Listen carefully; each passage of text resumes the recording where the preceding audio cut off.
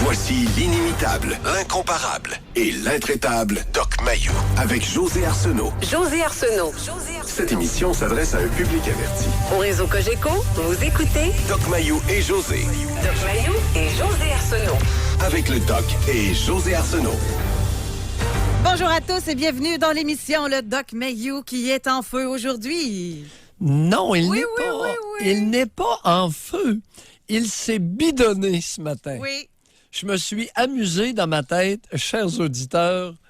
J'ai imaginé une scène cocasse qui s'est produite à Shawinigan hier. Je vous laisse même la raconter. OK. Ben, c'est Michel Hébert qui représente une firme de jury comptabilité qui s'appelle PricewaterhouseCoopers. C'est une grosse entreprise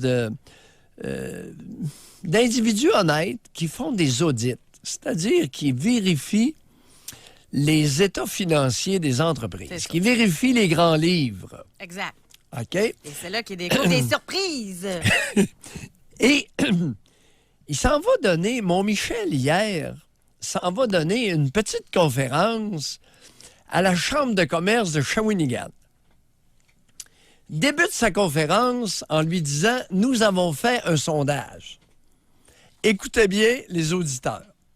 Et nous avons découvert ceci. 20% des personnes dans la population sont honnêtes. 20% sont malhonnêtes. Et 60% vont adopter un comportement frauduleux s'ils ont une opportunité intéressante. » C'est sérieux? C'est énorme. Non, attendez.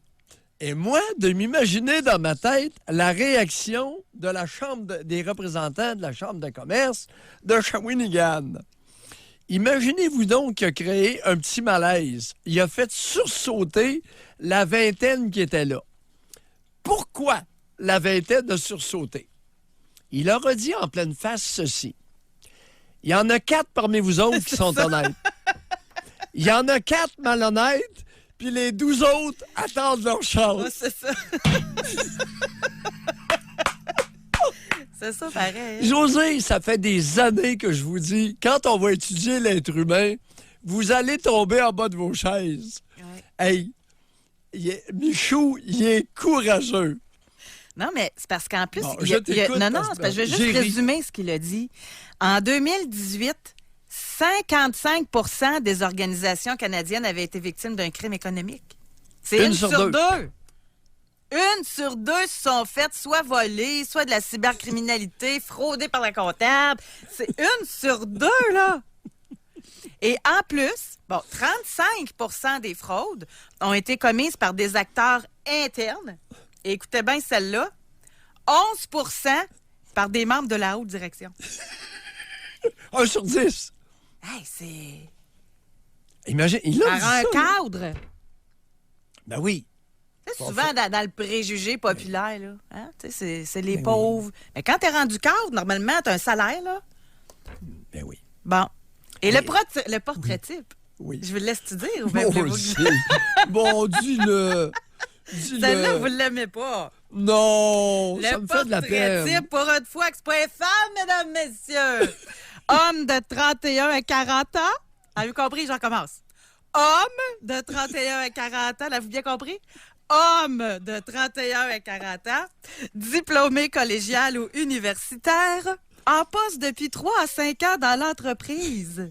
Un monsieur bien à cravate. Oui. Chemise blanche, cravate, le maudit rat. Sûrement père de famille. On est dans les rats à cravate. Aïe, aïe, Aïe, aïe, aïe. aïe. Là, quand on parle de fraude, là, Oui. ça fait, il y a détournement d'actifs, fraude comptable, stratagème de facturation, trafic d'influence, corruption, fraude liée aux ressources humaines ou à l'approvisionnement, compte de dépenses gonflé. Et puis ça, j'aimais ça parce qu'on parle de rationalisation, là. Tu sais, comment ça se fait que ces gens-là font ça?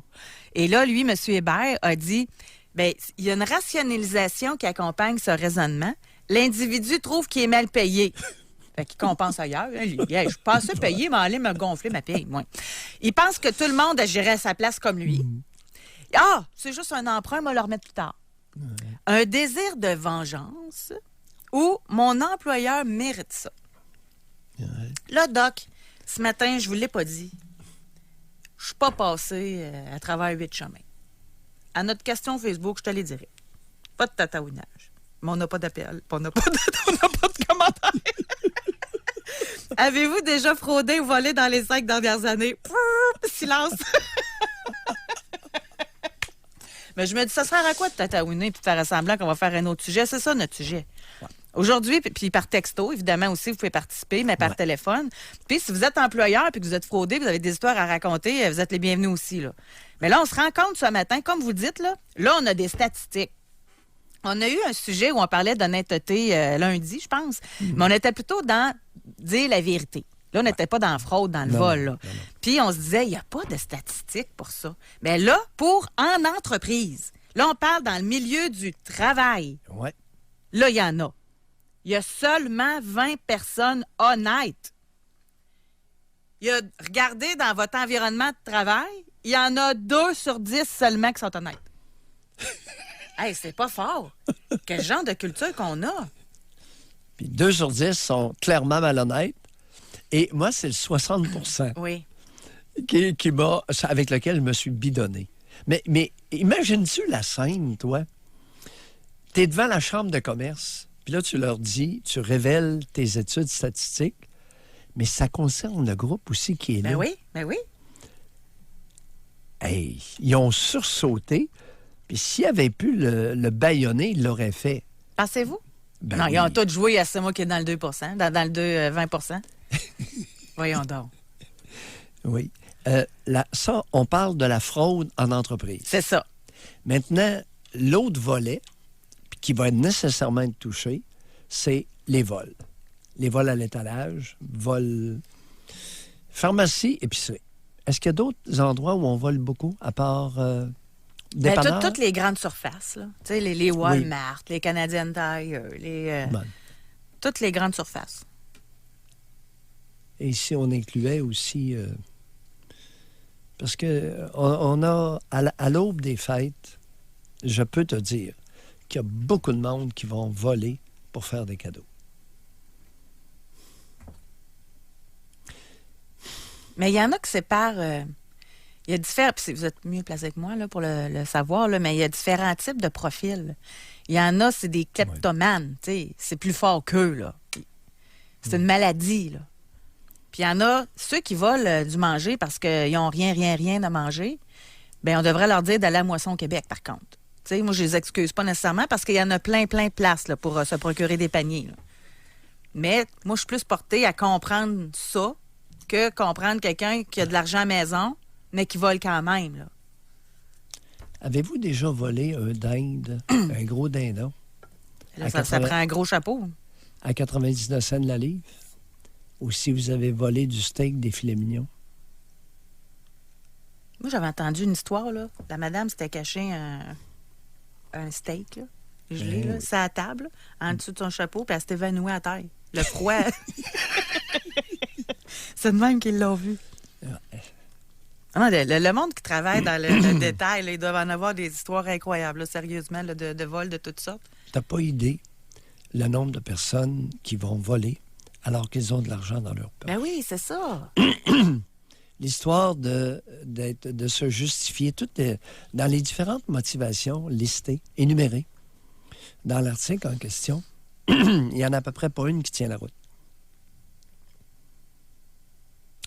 Vous savez, c'est pas évident d'être honnête. Mais c'est parce que là, il faut faire la différence entre voler un steak et gonfler son compte de dépenses. Là. Se mettre plus de kilométrage. Se mettre, tu sais, c'est ce genre de patente-là. C'est du vol, là. À des degrés différents, exact. Fait que c'est pas que je pense, le même profil puis les mêmes raisons là, pourquoi on fait ça. Là. Oui. Et en entreprise, à nouveau, ceux qui sont visés, c'est les monsieur bien instruits. 11 %. Mais on négligera pas les madame bien aussi, là. Le portrait type, c'est le 31-40 ans, diplôme cégep ou universitaire. Oui. Donc, instruit et très instruit. Exact. N'est-ce pas? Pour ce qui est le portrait type de la voleuse à la pharmacie Jean Coutu ou en milieu de pharmacie, je donne ça l'exemple, pharmacie Jean Coutu. Oui, c'est très madame, ça. Parce que je n'ose pas avancer, mais si quelqu'un le connaît, il faudrait peut-être faire la recherche. Le montant total annuel de vol à l'étalage chez Jean Coutu représente un pourcentage significatif du chiffre d'affaires. Au Canada, là? Oui. OK, en entreprise. Là, parce que là, la nouvelle, c'était concernant les entreprises. Oui. Ça représente 55 millions. Les fraudes et les vols. Oh, beaucoup plus que ça. Ben là, c'est Milliards. Michel Hébert là, qui dit ça. Là. 55 millions? Oui. Ben, c'est énorme, 55 millions. Non, là. c'est beaucoup plus que ça. Oui, il faudrait peut-être s'assurer que c'est pas... Ouais, en tout cas, 55 millions. OK, c'est 55 millions. Mais là, on parle de fraude en entreprise, pas de vol à l'étalage. Là. Oui, oui. Attendez, j'ai dit 55, je me suis trompée, c'est 30 millions. Oui. C'est ça. Comportements qui font perdre 30 millions par année aux entreprises canadiennes. Mais là, je veux juste qu'on se comprenne. Là, on parle des comptables qui font le système. Là. On parle de crime économique, on parle de cybercriminalité. On parle pas de « je vole une dinde ». Là. Oui. C'est pas le même type. Ça, c'est autre chose. Fraude. Là. C'est ça, exactement. Fraude par du monde à l'interne. Ouais. Là, aujourd'hui, Oui. c'est très important que vous sachiez quelque chose. Parce que là, il faut comprendre le phénomène. Donc, c'est pas de jugement. Là. Ça vient d'où votre besoin de frauder, votre besoin de voler? L'avez-vous déjà fait dans les 5 dernières années? On veut pas des vieilles histoires, on veut du contemporain. Oui. Et vous pouvez changer de nom.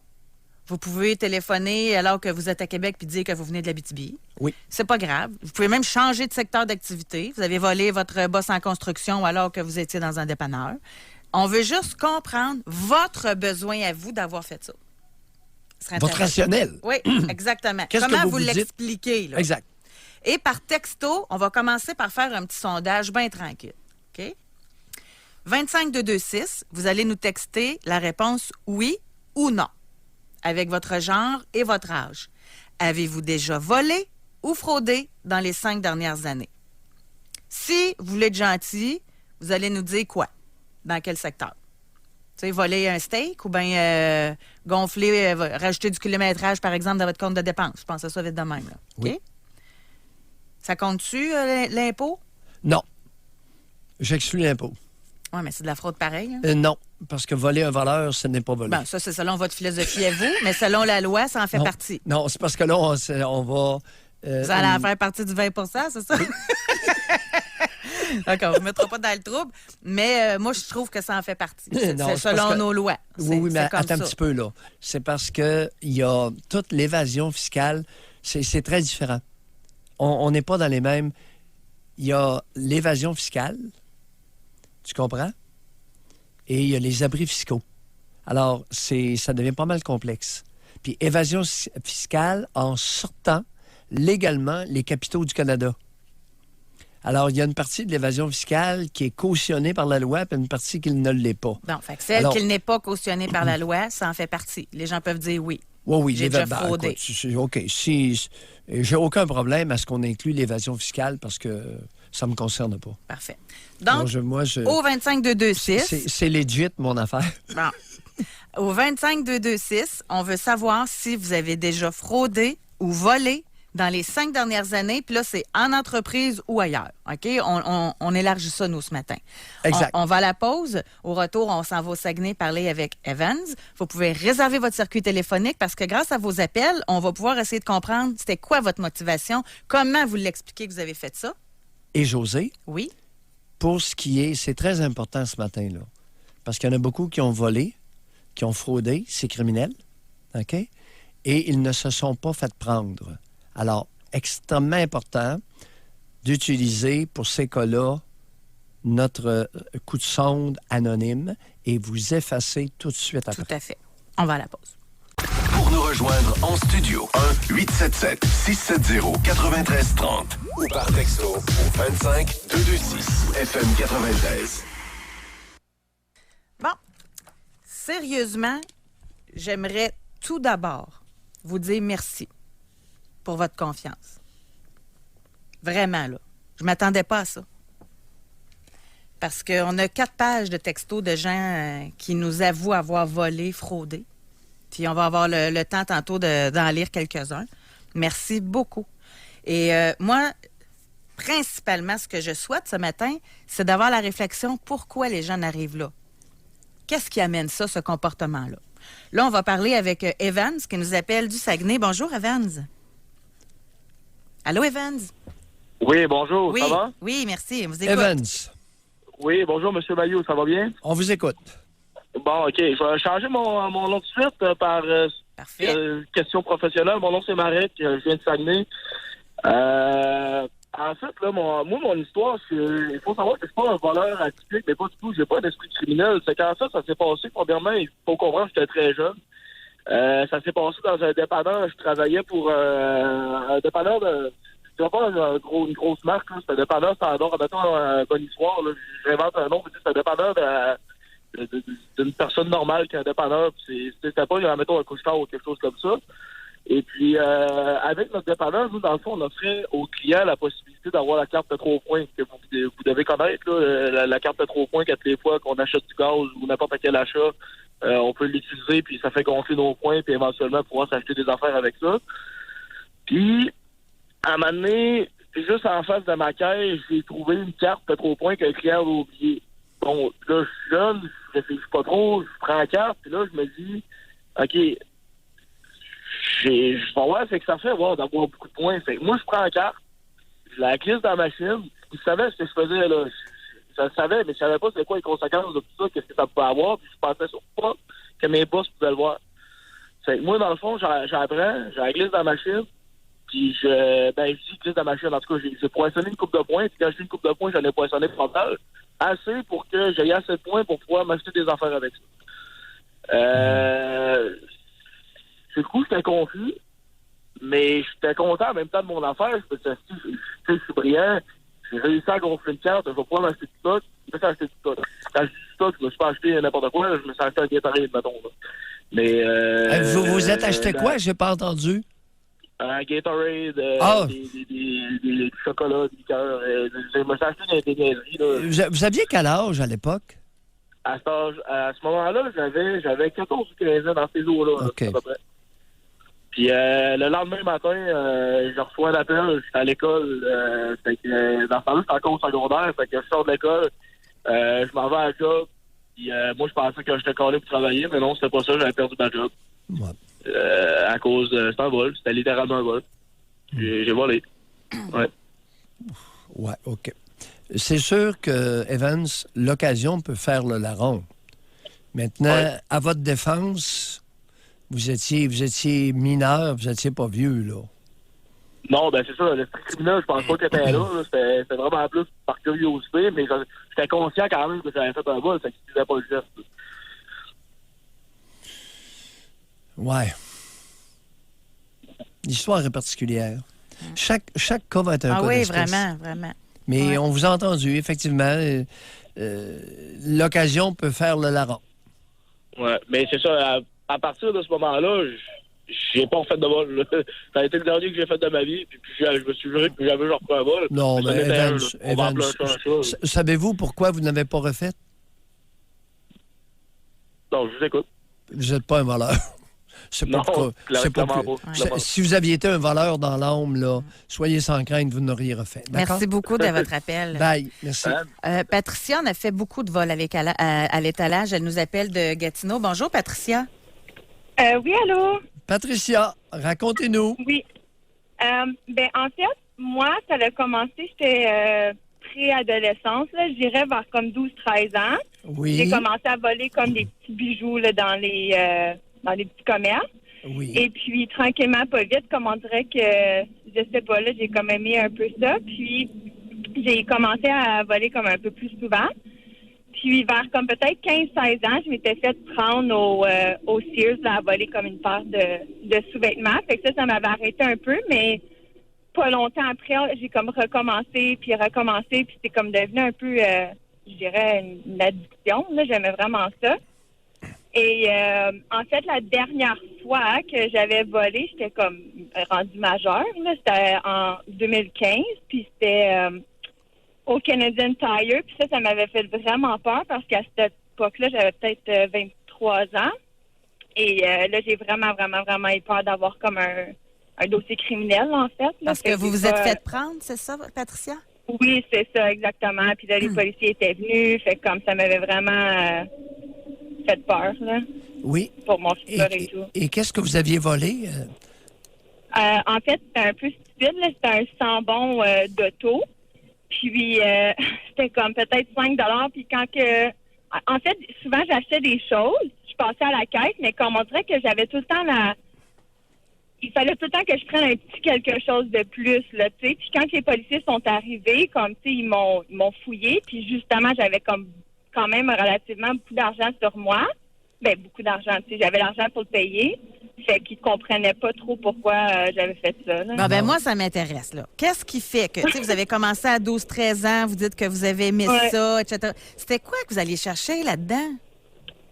C'était comme un peu un genre de thrill, là, comme je sais pas trop comment l'expliquer, mais vraiment, c'est... Écoute, j'étais comme en formation à un moment donné à Halifax, et puis durant mes heures de dîner, j'allais faire comme plein de différents types de centres d'achat juste pour voler, là, au lieu comme de dîner avec tout le monde, là. Patricia? C'était vraiment... je sais pas trop, là. Oui. Vous le savez pas trop, mais on va essayer de le trouver. Parce que vous n'avez pas idée le nombre de personnes, de femmes comme vous qui font exactement ce que vous venez de décrire. C'est épidémique dans la nation canadienne française. Alors, Patricia, là, vous avez quel âge? Là, j'ai 27. Vous avez 27 ans. Rapidement, on va faire un petit tour de table. OK. Qu'est-ce qui se passait dans votre vie à 12 ans? J'ai commencé le secondaire, puis je sais pas, je me suis fait comme des nouvelles amies, puis là, c'était comme un peu on faisait ça entre amis, là. Continuez. Qu'est-ce qui se passait dans votre vie? Secondaire, nouvelles amies? Oui, c'était... en fait, j'étais peut-être une personne un peu comme influençable, là. Au primaire, j'étais vraiment, vraiment, vraiment timide, fait que je parlais... j'avais comme quelques amis, mais pas beaucoup. Et puis, on dirait qu'au secondaire, en fait, j'avais une ancienne meilleure amie là, qui était pas très bonne influence. Patricia, on va laisser faire l'influence de côté. OK. Vous étiez timide au primaire. Mm-hmm. En quel honneur? Je sais pas, peut-être... Comme ma mère était un peu étouffante, tu sais, je dirais, comme des fois, j'écoute vos émissions, là, puis elle me fait beaucoup penser aux mères un peu contrôlantes, envahissantes, dans ce genre-là. Donnez-nous des exemples. Tu sais, je veux dire, depuis qu'on est jeune, c'est difficile de dire notre opinion, il n'y a pas vraiment de communication, tu sais, elle prend beaucoup, beaucoup, beaucoup d'espace. Qu'est-ce que ça vient faire, ça, avec vous? Le fait que la bonne femme prenne beaucoup d'espace? Faites comprendre ça aux auditeurs. C'est juste, on dirait qu'elle a comme tendance un peu à genre nous écraser, là, je dirais. Genre nous écraser ou nous écraser? Nous écraser. Racontez. Donnez-nous des exemples. Convainquez-nous. Parce que là, il y en a un maudit paquet à l'écoute de ces bonnes femmes-là, là. Puis quand moi, je leur parle, elles me traitent de nom. Alors, vous les ramassez ce matin. Oui, c'est un peu stressant. J'essaie de penser, comme souvent, je me rappelle, tu sais, quand j'étais plus jeune, elle allait dire, mettons, des choses à mes amis. Ou, tu sais, comme elle essayait j'essaie de penser à des exemples concrets, là. Elle essayait de quoi? Là, je sais pas, vous êtes sa bonne voix. Je me suis sentie souvent comme gênée à cause... Elle avait des problèmes aussi de consommation. Là. Elle faisait beaucoup de cocaïne. Fait qu'exemple, les rencontres de parents, comme je sais que c'est arrivé, elle parlait vraiment, vraiment beaucoup. Des fois, elle n'est pas tellement elle-même. Fait que comme si ça nous humiliait. Là. Pardon? Elle est quoi? Elle était? Elle avait des problèmes de consommation, comme elle faisait de la cocaïne. Fait que comme si des fois, les gens, quand ils font ça, ils ont beaucoup de débit. Puis moi, ça me gênait beaucoup quand mes amis me tombaient à la maison. Pourquoi vous nous dites pas carrément, ma mère avait une grande gueule? Ouais, elle a encore. Est-ce que c'était à cause de la poudre qu'il avait une grande gueule ou ça avait une grande gueule, pas de jugement naturel? Un peu des deux, je dirais. Okay. Mais là, expliquez-nous en quoi, parce que, tu sais, des mères écrasantes... En fait... Non, je parle au doc, juste un petit instant, Patricia. Parce que des mères contrôlantes, envahissantes, il y en a plus qu'une au Québec, là, à cause des émissions, on le voit beaucoup, là. Mais ça en fait-tu toutes des voleurs, comme enfants? Oui, dans une forte proportion. Voleuse à l'étalage, oui. Ben, Patricia, vous êtes notre co-type ce matin. Moi, ça je sais pas. amène ça comme comportement. Ben, voyons. Ben oui. La mère écrasante, la fille s'en va voler pour se donner un thrill. Qu'est-ce que Patricia recherchait dans le vol à l'étalage? Le thrill et l'acceptation par les autres. Elle aurait pu faire du parachute, là, tu sais. Non. Ben, pas ce point-là. Là. Non, ben, écoute, faire du sport ou faire... Non, mais elle n'est pas brave à ce point-là, Patricia, là. C'est juste un petit thrill. Une autre affaire aussi que je voudrais dire, comme c'est justement, je viens de réaliser, c'est plus vers exactement cet âge-là, vers comme 12-13 ans, que comme on a genre réalisé, tu sais, que maman elle avait des problèmes de consommation. Puis c'était vraiment instable, tu sais, comme une journée, mettons, le vendredi, si c'était sa paye, elle pouvait aller nous acheter un manteau d'hiver à comme 400 $, mais le dimanche, on n'avait plus de papier de toilette. Là, tu sais, c'était vraiment... pendant longtemps, on n'a pas eu de téléphone, on avait des avis de génial. Patricia, vous êtes génial. Vous nous amenez au papier de toilette. Ouais. Papier de toilette, il est où? Du papier de toilette dans les écoles.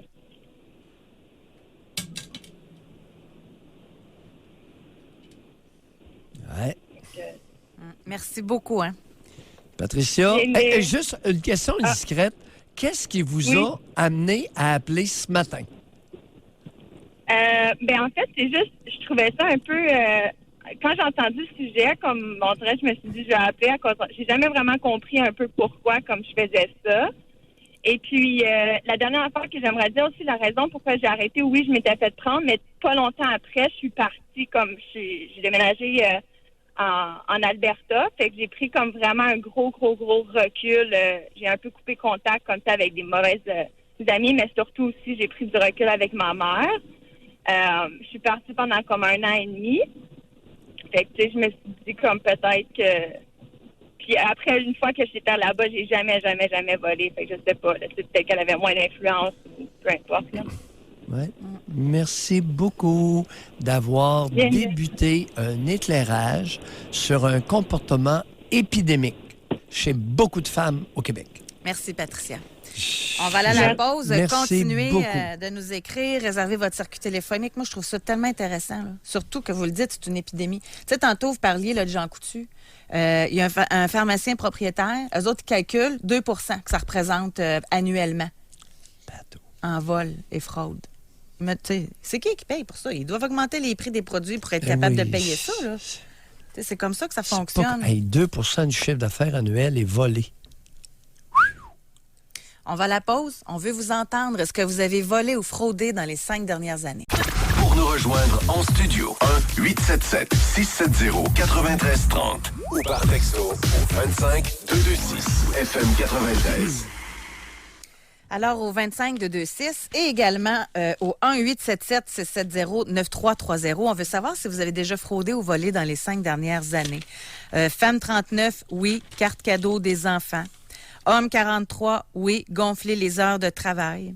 Homme 23, oui. Ce matin, marchandises du magasin où je travaille. Infirmière de 32 ans, vol de narcotiques à mon hôpital pour consommation personnelle. Femme 60 ans, oui, épicerie. Nous avons ici homme 27, j'ai volé des heures à mon employeur en informatique. Mon poste était inutile, je n'avais pas d'ouvrage, donc je punchais. Femme 49, souvent caisse de liqueur. Et non, je me sens même pas coupable. Oui, en connaissance de cause, beaucoup de collègues ont fait la même chose. Homme 32, oui, j'ai volé ma bosse qui volait les produits qu'on vendait aux artisans. J'ai déjà fait un chèque manuel à une employée d'un montant et lorsqu'il est passé dans mon compte, il avait été majoré de 2 000. Elle avait ajouté 2 000 à la main et la banque l'avait accepté. Une chance, j'ai été remboursée. Oui, femme 32, tout ce que je peux, linge, noix. Ici, on a le kilométrage. C'est trop facile.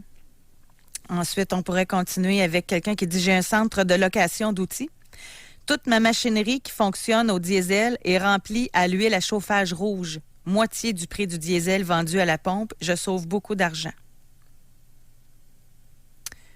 Oui, compagnie cosmétique. Raison, à mon avis, la compagnie gaspillait beaucoup trop de produits de toute façon. Alors, je me suis dit que je pouvais me servir vu que ça risquait de finir aux poubelles anyway. Femme 32, oui, sac de poubelle et gants jetables de stérilisation. Je suis dans le domaine hospitalier. Propriétaire de 48 logements, je n'ai jamais déclaré un loyer payé comptant ou en partialité à l'impôt. Femme 24, si imprimer des documents scolaires à l'imprimante du travail, c'est fraudé, alors oui. Femme 22, à plusieurs reprises, beaucoup d'items de moyen à grande valeur, surlonge de filets mignons, des speakers Bose. On était 3 employés à s'aider dans ces vols. Femme 50, des vêtements. Femme 28, des vêtements. Homme 45, oui, à chaque semaine, 4 à 500 $ de revenus non déclarés. Femme 34, universitaire, propriétaire entreprise, fraude pour le gouvernement car il nous vole trop. Femme 53, oui, en gonflant mes kilométrages, mais étant infirmière, je dois dire que les anesthésistes et chirurgiens ne vont pas de main morte en mentant sur les heures pour pouvoir profiter des forfaits. Aujourd'hui, pour l'émission, on ne parlera pas de travail au noir. Ça sera un autre sujet à un moment donné. Oui, c'est très différent. Écoutez, il semblerait que la réaction de nos auditeurs confirme la découverte de PricewaterhouseCoopers avec leur sondage à l'effet que 20 % dans la population sera honnête, 20 % malhonnête et 60 % peuvent avoir un comportement frauduleux si l'opportunité se présente. On a un homme d'affaires propriétaire d'un magasin qui nous donne plus de détails. Oui. Il dit, je confirme le 2 % du chiffre d'affaires. Le 2 % se décompose comme suit. 60 % c'est de la part des employés, 40 % des clients. J'ai un chiffre d'affaires de 200 000 par semaine, ce qui équivaut à 4 000 $ par semaine. Oui, c'est pas 10 piastres. Là. Ouais. On va parler avec Patrick qui nous appelle de la Gaspésie. Bonjour, Patrick. Oui, bonjour. Patrick. Nous, on est une grande famille. Là. On est 3 gars, 3 filles. Oui. Puis, quand on était jeunes, on était vraiment laissés à nous-mêmes. Là. Mes parents n'ont jamais acheté une épicerie de leur vie. Là. Durant toute notre enfance, notre adolescence, ils nous ont jamais acheté une paire de chaussettes. Rien, là, jamais. Il a toujours fallu qu'on se débrouille puis qu'on trouve 1 million de façons là, d'avoir notre stock. Puis, marchons pas les mots, là, on volait. Là, on était très jeunes. Puis des fois, on en profitait quand on allait en visite chez des oncles pour aller dans des ruelles plus loin, puis passer de cours en cours, puis voler du stock sur les cordes à linge pour revenir pour avoir des vêtements. Donc, ça a été comme ça, mais un peu plus tard, on s'est parti une business ensemble, puis on est les 6 en affaires. Puis, donc là, on réussit bien. Ça va super bien. Ça fait 20 quelques années qu'on fait ça. Donc, nous autres, notre business, c'est on achète les gens à l'étranger nous envoient leur matériel. Tu sais, je vais y aller vague parce que c'est impossible de nous deviner on est qui, là. Puis, nous, on dispatche ça dans différents magasins à travers le Canada. Donc, puis mes frères, eux, c'est les champions pour trouver les failles dans le système de tous nos clients. Donc, aujourd'hui, on n'a plus besoin de ça. Là. On réussit très bien. Nos parents sont morts et enterrés. On n'a pas besoin de ça, là. Mais ils sont pas capables. Ils sont pas capables d'arrêter. C'est une maladie. Je sais pas comment expliquer ça. Mais quel genre, juste pour sans identifier, là, quel genre de faille là, que vous parlez, pour qu'on comprenne un peu? Comme par exemple, une compagnie nous envoie un numéro de PO pour une transaction. OK? Donc, la marchandise arrive en double. Donc, on peut parler là de 10 containers. Donc, au lieu de 10, on en reçoit 20. Nous, on réceptionne donc, son homme le middleman entre nous, réceptionne. Donc, nous, tout de suite à partir de là, si le client nous dit « Hey, ça se peut que tu aies reçu 20 containers. » Là, nous, on dit non. Notre middleman a scanné 10. Je vais aller voir dans le cours, j'en ai juste 10. Donc, les 10 viennent de disparaître. Puis là, lui, il est convaincu qu'il s'est fait voler ça dans le transit. Puis il n'y a personne qui se rend compte qu'il a émis 2 fois le même PO à 2 transporteurs. OK. Donc, les 2 transporteurs sont allés dans sa warehouse au port, ont pris, ont rempli 2 fois le chargement. Fait que vos frères, là, ils s'en font une spécialité de trouver toutes ces petites affaires-là. Là. C'est des bougons professionnels. L'occasion fait le larron. Moi, là, j'ai toujours... Oui. Pardon? L'occasion fait le larron. Lorsqu'il y a une opportunité qui se présente, on saute dessus. Patrick, il y a une chose. Parlez-nous de vos parents. Oui. Nos parents n'étaient pas là, dans le fond. Là. Donc, la seule différence, je peux dire, entre moi et mes 5 frères et sœurs, c'est qu'eux ont été extrêmement battus.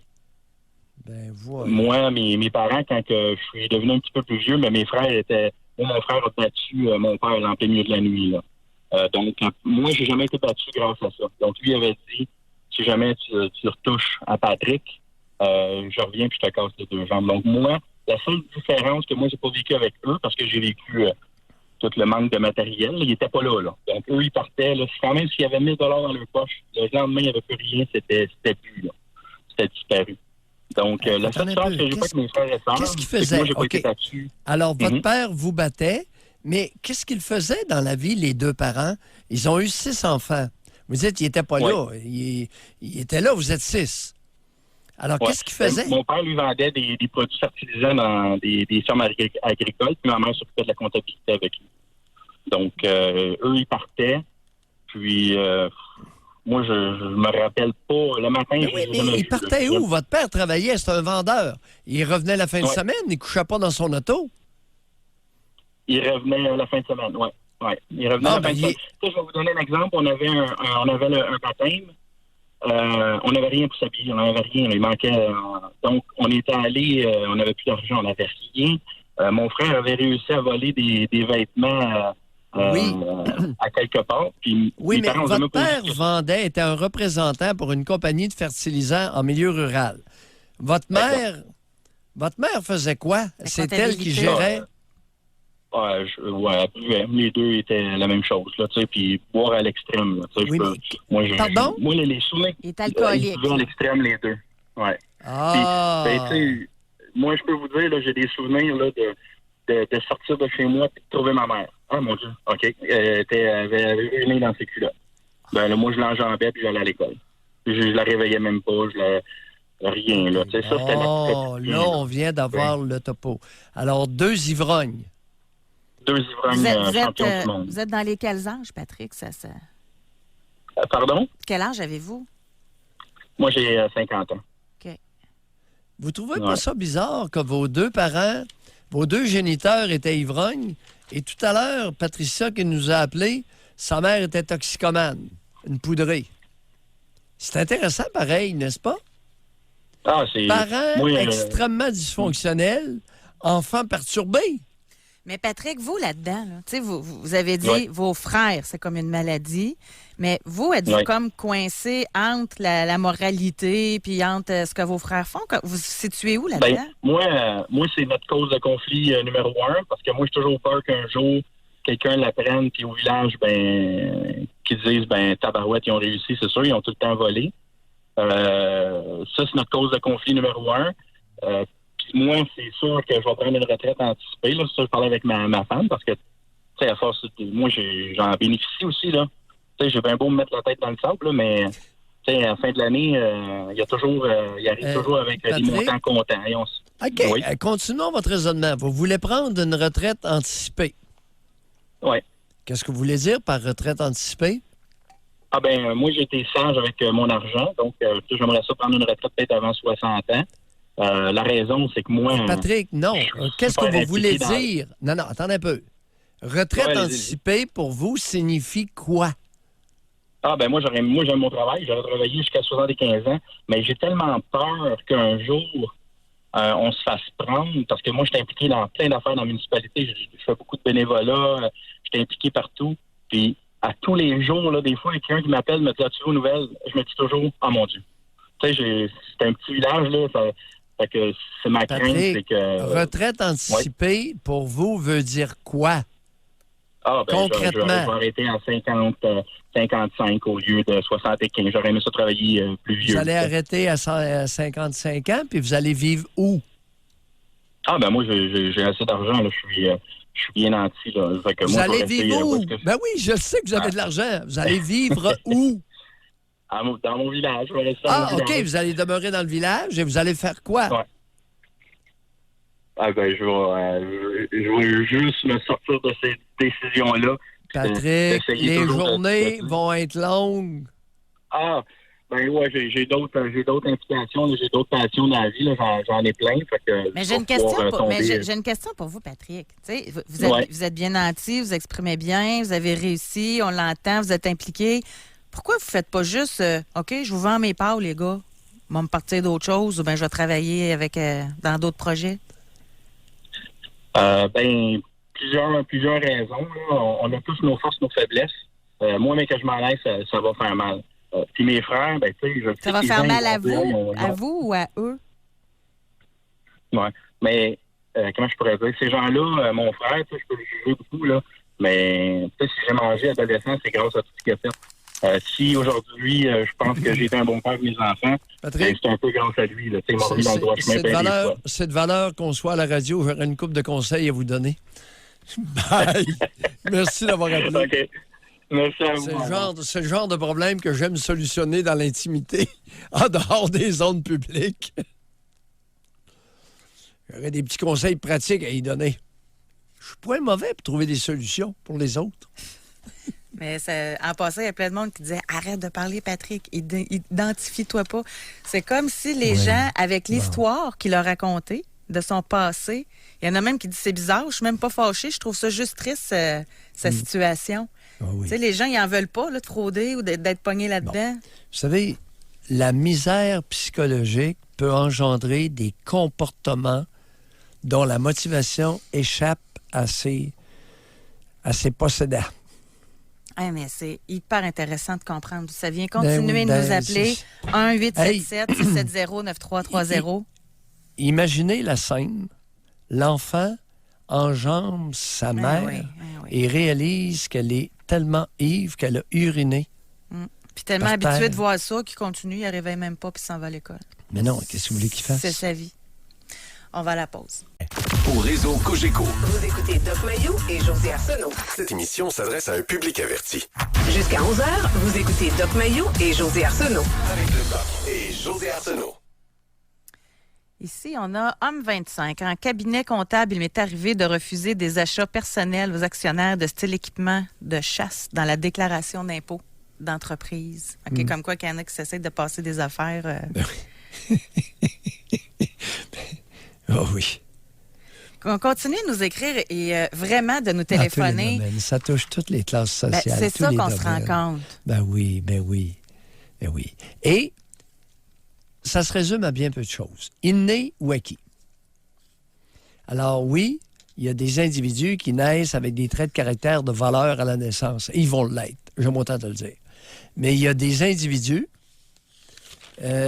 comme Evans, Patricia et Patrick qui ne sont pas des valeurs. Mais compte tenu de la misère psychologique, ils ont adopté des comportements X. Parce que c'est très clair, Patricia, c'est pas une voleuse. Elle s'est éloignée de sa mère, puis ce comportement-là a cessé. Mais pendant des années, elle volait. Alors, être voleur, c'est dans votre génétique. Mais moi, je me demande si...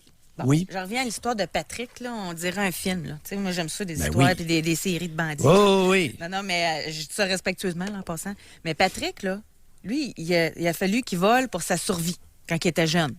Les 6 enfants. C'est ça. Il fallait qu'ils volent pour leur survie. Oui. Pour les besoins primaires. Là. Exact. C'était... Donc, ça, quand tu commences comme ça quelqu'un qui n'a pas le choix, es-tu capable d'arrêter quand il... Ou ça devient justement une habitude? Puis C'est pas évident parce que pour arrêter, ils doivent reconnaître qu'ils ont eu 2 espèces de maudits morons comme géniteurs. 2 ivrognes. 2 ivrognes qui enfantaient, qui ont créé des enfants dont ils ne s'occupaient pas dans leurs besoins primaires. En avez-vous déjà rencontré des gens qui... Bon, déjà de rencontrer des gens avec 2 parents équilibrés, c'est une chose, mais qui volaient ou qui étaient fraudeurs. Ça passe-tu? Oui, ça aussi. Ben oui, c'est fréquent. Fait que tu peux avoir des bons parents puis voler quand même. Là. Ben oui. Ben oui. Alors là, on est plus souvent dans l'inné. C'est-à-dire, deux parents honnêtes peuvent engendrer un moron voleur. Ben oui. OK. Ben là, on remonte-tu à la génétique du grand-père ou de la grand-mère ou de... Ben, OK. voilà. Et OK. pas loin, là, on a un oncle, une tante, fraudeur ou voleur. Mais les deux parents peuvent être porteurs de génétique de truand, ne pas exprimer le ou les gènes, mais sur 6-7 enfants, en ramasser un vrai truand. C'est ce qui fait que dans une famille, il y en a un qui est quasiment curé, puis que l'autre, il est voleur. Tu sais, là, c'est ça. Tu peux avoir... On nous a pas raconté que c'est-tu un bobard, ça, que Monseigneur Ouellette, le cardinal Ouellette, qui est natif d'Abitibi, avait un frère qui aurait été condamné pour pédophilie. Ça peut expliquer ça. La bonté et le truand dans la même famille. Ça peut être génétiquement déterminé. Deviens pas truand qui veut, chers auditeurs. Et si quelqu'un a la génétique pour être truand, oubliez ça, il va l'être. Il y en a une, elle dit, moi, c'est mon conjoint. Il vole tout ce qu'il peut, tout le temps. Aussitôt qu'il y a l'occasion de pouvoir voler quelque chose, il vole. Puis quand que je lui demande où c'est que tu as pris ça, ça traînait, je l'ai ramassé. Bon. Maintenant, est-ce que ce sont des peccadilles ou des biens de grande valeur? Souvent, je remarque, chez les personnes qui sont des truands de naissance, volent des grosses affaires. Ceux qui ont été traumatisés, négligés, battus, etc., vont voler des peccadilles alors qu'ils ont de l'argent dans leur poche. Ben, c'est ça, il y a différents types, là. Mais tu sais, en même temps, Patrick, c'est tout. Là, un conteneur, c'est pas une peccadille, là. Tu sais, quand t'es rendu que tu... Oui, mais eux autres, c'est un système. Ben, c'est ça. C'est un Parce système. qu'il y en a des brillants là-dedans, là, en passant. Là. Ben oui. Tu sais, voler un paquet de gomme, c'est une chose, là. Mais détourner... tu sais, c'est... Puis là, on le disait, là, si on revient à notre sondage, mais ce qui a été dévoilé par le monsieur Michel Hébert lors du déjeuner-conférence à Shawinigan, lui, il disait que c'était 11 % des fraudes ou vols en entreprise, c'était fait par des cadres, là. Des cadres? Ben oui. Ben oui. On n'en a pas beaucoup. On n'en a pas beaucoup qui se vendent de ça, n'est-ce pas? Même de façon anonyme. Puis on vous comprend. On vous comprend. Ça prend, pour voler des grosses sommes dans une entreprise, et non pas des biens produits par l'entreprise, ça prend quelqu'un qui a accès au gousset, à la bourse, au cash. Fait qu'il n'y a pas beaucoup de monde, là. Faut faire confiance, hein, quand tu engages quelqu'un, là, qui... Après l'émission d'aujourd'hui, d'après moi, il y en a qui vont se remettre le nez dans leurs affaires. José, est-ce que tu savais que comme psychiatre, je fais cette recommandation-là régulièrement à plus d'une personne et des professionnels? Savais-tu ça? Je pense qu'aujourd'hui, vous n'aurez même pas besoin de parler. Ils vont le faire tout seuls. On retourne en pause parce que tantôt, on avait pris du retard. J'aimerais vraiment ça, là. 1-877-670-9330. Expliquez-nous comment vous l'expliquez que vous ayez fait de la fraude ou encore volé, là, que ce soit en entreprise ou autre. On veut vous entendre. Pour nous rejoindre en studio, 1-877-670-9330 ou par texto au 25226 FM 93. Il y en a quelqu'un qui vient nous écrire. Bravo pour votre émission. Ça éclaire comme employeur. Ben oui. Oui. Alors là, on va cesser de dormir au gaz. Il y a 20 % de la population qui sont vraiment honnêtes. C'est-à-dire, même s'ils ont une occasion de voler ou de frauder, ils ne le feront pas. 20 % qui sont vraiment malhonnêtes. Ils vont saisir toutes les opportunités. Et 60 %, plus d'1 sur 2, lorsqu'il aura la chance de frauder, va le faire. Mais une bonne opportunité, là. Femme 41. Mon père mettait un cadenas sur le frigidaire et le garde-manger. J'ai volé parce que j'avais faim. J'ai développé des troubles alimentaires, relations amoureuses avec un homme contrôlant, difficulté à le quitter, donc j'ai volé. Je me suis fait prendre. Il a eu tellement honte de moi qu'il m'a laissé. Je n'ai plus jamais volé et j'ai repris ma vie en main. Oui. Alors, l'histoire des cadenas chez Frigo, est-ce que tu savais que j'ai entendu ça plus d'une reprise? Sérieux, là? Ben oui. Oui. Cadenas sur Frigo, dans ma carrière, je l'ai entendu plus d'une fois, José. On va parler avec Stéphanie maintenant. Bonjour. Bonjour José, bonjour Doc. Stéphanie. On vous écoute. Oui, en fait, moi, depuis que je suis tout jeune, là, je me dirais que la première fois que j'ai volé, j'avais 4 ans, je m'en rappelle comme si c'était hier. J'ai volé un petit jeu là, au magasin avec ma mère. Et puis, elle m'avait tellement fait peur, puis elle m'avait pris. Puis, elle m'avait dit qu'elle allait me filer à la police et tout. Donc, j'ai été un peu traumatisée. Mais je vous disais que par la suite, là, lorsque j'étais étudiante, je travaillais dans des fast-food. Je faisais beaucoup de vols, là, donc la nourriture. Après ça, je travaillais dans un commerce gros détail. Donc, c'est moi trop que texté là, par rapport au surlonge de Lyon et puis les Beauce. Oui, exactement. Donc, avec les employés, là, on s'est mis en équipe. Donc, il y avait un chef d'équipe et puis un caissier. Là. Donc, lorsque un et l'autre, on faisait des épiceries, eh bien, on volait des choses de grande valeur. Là. Puis, on dirait que c'est comme un thrill pour moi depuis que je suis toute jeune. Oui. Alors, depuis que vous êtes toute jeune, racontez-nous l'atmosphère qui prévalait chez vous. Eh bien, une mère très contrôlante, Doc. Je vous dirais qu'une mère très sévère. Des punitions, là, depuis que j'ai 2 ans, je me rappelle des claques. Des punitions de ne pas manger, de se coucher tôt. J'ai aussi une grande sœur qui est dyslexique, donc beaucoup de temps avec elle, qui faisait des devoirs à la maison. J'ai passé beaucoup de temps avec elle. Moi, je suis la petite fille parfaite, donc des bonnes notes. Donc, je dirais que j'avais moins peut-être d'attention qu'elle. Je ne sais pas si c'est un rapport avec ça, mais... Alors, si vous aviez des bonnes notes et vous étiez sage comme une image, comment expliquez-vous qu'elle vous claquait et qu'elle vous privait de nourriture? Je voudrais qu'il y ait peut-être, souvent j'essaie de traîner, puis elle me dire ramasse là, je ne le faisais pas. Il n'y avait pas de deuxième avertissement, c'était peut-être une claque en arrière de la tête ou bien ses ongles rentrant dans nos bras. C'était vraiment une mère très sévère là, qui nous punissait malgré tout, qui trouvait pas les petits défauts. À notre tribune, là, José, t'en es témoin, on a principalement des hommes qui se vantent d'être des parents sévères. Dans la tribu canadienne-française, être parent très sévère, c'est très bien vu, Stéphanie. Et vous venez vous plaindre ce matin que votre mère était très sévère. Écoutez, une coupe de claques dans le derrière de la tête, et beaucoup d'auditeurs vont nous dire « J'en ai eu, puis je suis pas mort. » Mais votre père, lui, faisait quoi dans ce temps-là? Papa qui travaille beaucoup fort, qui fait des 12 heures, donc des nuits. Donc, c'était un contremaître dans une usine, qui est encore en ce moment. Puis, je dirais qu'il laissait beaucoup ma mère faire. Là, donc, je pense que j'en veux aussi beaucoup par rapport à ça, parce que souvent, il sauvait en bas, au médias qu'il voyait quelque chose qu'il n'acquiesçait pas. Ben, je vois qu'il m'a défendu. Là, c'est toujours... en fait, il écoutait tant ce que ma mère me disait. Là. Donc, un père travaillant, mais très mou. Ouais. Une mère très sévère. Oui. Puis un père mou. Oui. Mais quel lien ça a avec le fait que vous avez volé?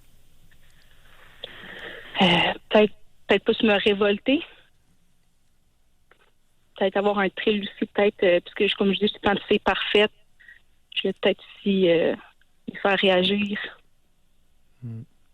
Et là, qu'en est-il aujourd'hui, Stéphanie? Ça va super bien. Je vous dirais là, que là, en fait, moi, j'ai 22 ans.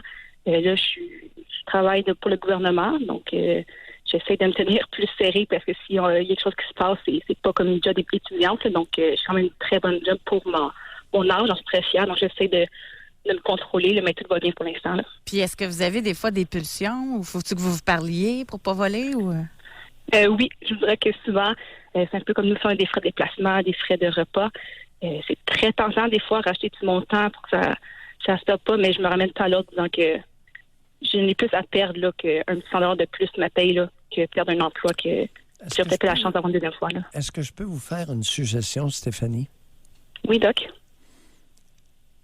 Le fait que vous luttiez m'inquiète. Quel lien avez-vous actuellement avec vos 2 parents?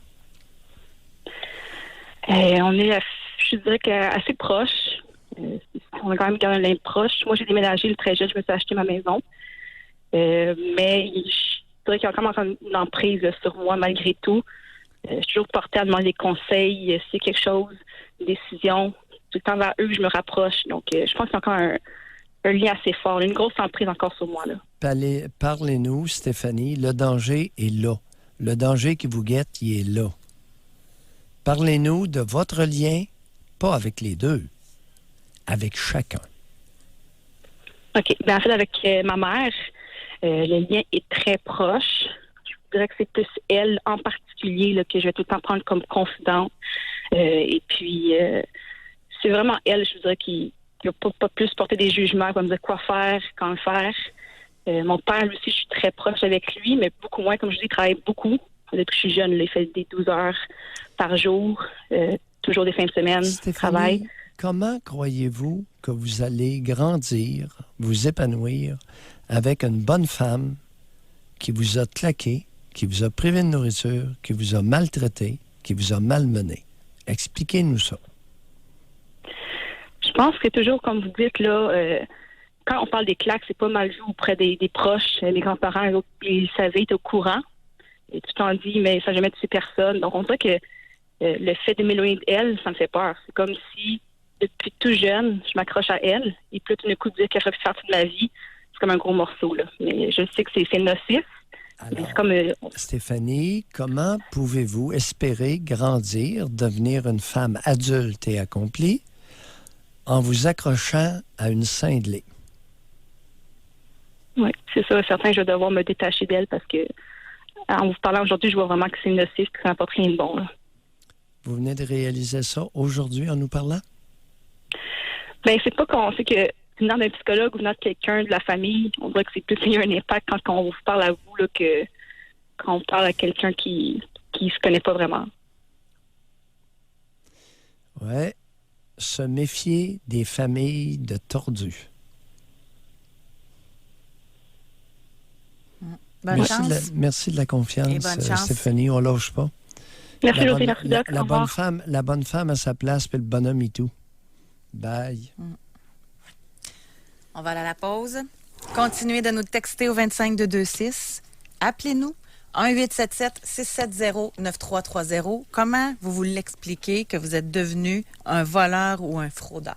Pour nous rejoindre en studio, 1-877-670-9330 ou par texto au 25226 FM 93. Est-ce que vous êtes des fraudeurs ou des voleurs? Est-ce que vous l'avez fait dans les 5 dernières années? En début d'émission, quand j'ai posé cette question-là, avouez que je ne pensais pas qu'on aurait des appels. Mais c'est tellement intéressant de le comprendre, le pourquoi. Moi, vraiment, je vois ça différemment, là. Tu sais, c'est avec tous les gens qui ont réservé leur circuit téléphonique, ils nous l'ont expliqué, leur passé. Oui. C'est au Québec, là. Alors, une personne peut voler sans être un voleur. Une personne peut voler suite à de la maltraitance en bas âge. C'est des jeunes. On est dans le contemporain. Là. Patricia, 27 ans. Stéphanie, 22 ans. Bon, et là, je m'adresse à ceux qui minimisent les châtiments corporels. Vous auriez avantage à écouter et réécouter Stéphanie comme il faut. Cet appel-là, les claques derrière la tête, priver un enfant de nourriture, surtout les fillettes. Alors, j'en ai eu des petites claques, puis ça m'a pas fait mourir. OK? Ouais. Les petites claques, ça se peut que ça allait laisser des traces qui conduisent à des comportements autodestructeurs. C'est-à-dire voler dans l'espoir inconscient de se faire prendre et d'être châtié. Alors, l'histoire de minimiser les petites claques, Non, attention, les amis. Ici, on a un texto. Puis l'autre point, les énergumènes qui viennent se vanter en ondes, là, moi, je suis sévère. Puis les pères aiment beaucoup ça, être sévères avec les fillettes, surtout. Ils se vantent d'être sévères. Puis les bonnes femmes qui se vantent d'être sévères avec leurs fillettes et leurs garçons, faites attention. Je viens d'une famille de bandits. Mon père et ma mère faisaient des vols de banque. Ma mère conduisait et mon père faisait les vols. Mon père en a pris pour 8 ans à cause qu'ils se sont fait dénoncer. Et moi, plus jeune, j'ai déjà volé des cosmétiques dans une pharmacie, mais j'ai tellement eu peur que j'ai jamais recommencé. Bon, oui, regardez, c'est pas la peur qui vous a empêché de recommencer. Vous n'avez pas la génétique du truand. Alors, 2 truands peuvent engendrer un enfant honnête. Oui, ça existe aussi. Ce n'est pas parce que vous avez 2 bandits, mais le pourcentage de chance d'être un non-truand est peu élevé. Exemple, 2 crottés, ils ont des chances d'avoir un enfant honnête à 15 %. Autrement dit, 2 crottés engendrent des crottés à 85 %. Mais il y a 15 % des engendrés qui vont être honnêtes. Ici, on a un homme, il dit « Ma mère vient de sortir de prison où elle a purgé 6 mois pour vol, objet dans des domiciles pour pouvoir jouer aux machines. » J'ai trouvé ça très triste. Oui. Oui. Alors, le jeu, la toxicomanie, la drogue et le gambling peuvent conduire au vol. Alors, c'est une autre source de comportement de vol. Homme 31. Voler me permettait de vivre dans la réalité une impression interne d'être anormal, méchant, malhonnête. Mon père m'a écrasé lorsque j'ai pris mes distances et compris d'où venait mon agressivité. J'ai cessé de voler. Merci. L'introspection et la voie de la libération. Je viens de le pondre, celui-là. L'introspection peut être la voie de votre libération. Regardez votre passé tel comme il fut, avec ses impacts négatifs, peut vous permettre de vous libérer et alors de grandir. Homme 48. J'ai volé mon employeur, je me suis fait congédier avec raison. Et depuis ce temps, j'ai jamais eu de job que j'aime. J'y pense à tous les jours et je le regrette énormément, mais il est trop tard. Au lieu de vous mortifier, de vous auto-flageller, cher ami, vous ne pourriez pas faire la petite démarche que je viens de suggérer, la petite démarche introspective, libératrice? Au lieu de vous fouetter, votre fouettage, votre auto-flagellation ne mène à rien.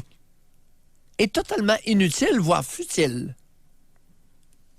J'ai 65 ans. La première fois que j'ai volé, j'avais 5 ans. Je me suis fait prendre plusieurs fois, mais c'est plus fort que moi. J'essaie toujours de comprendre pourquoi. Mes parents m'ont placé au couvent. À quel âge? Placé à quel âge, cher auditeur? N'oubliez pas de mentionner l'âge. Regardez votre passé comme il fut. À quel âge que j'ai été dompé par la moronne au couvent? C'est un homme, ça, ou c'est une femme? En tout cas, peu importe. Écrit. Parce que les petits jeunes, ils est dompé au couvent aussi. Les petits 4-5 ans, ils est dompé. Il y a des familles qui est dompé au couvent. Homme 28. Je vole des films dans les magasins pour les revendre. Ça a commencé lorsque je voulais me détacher de ma mère qui a toujours été envahissante.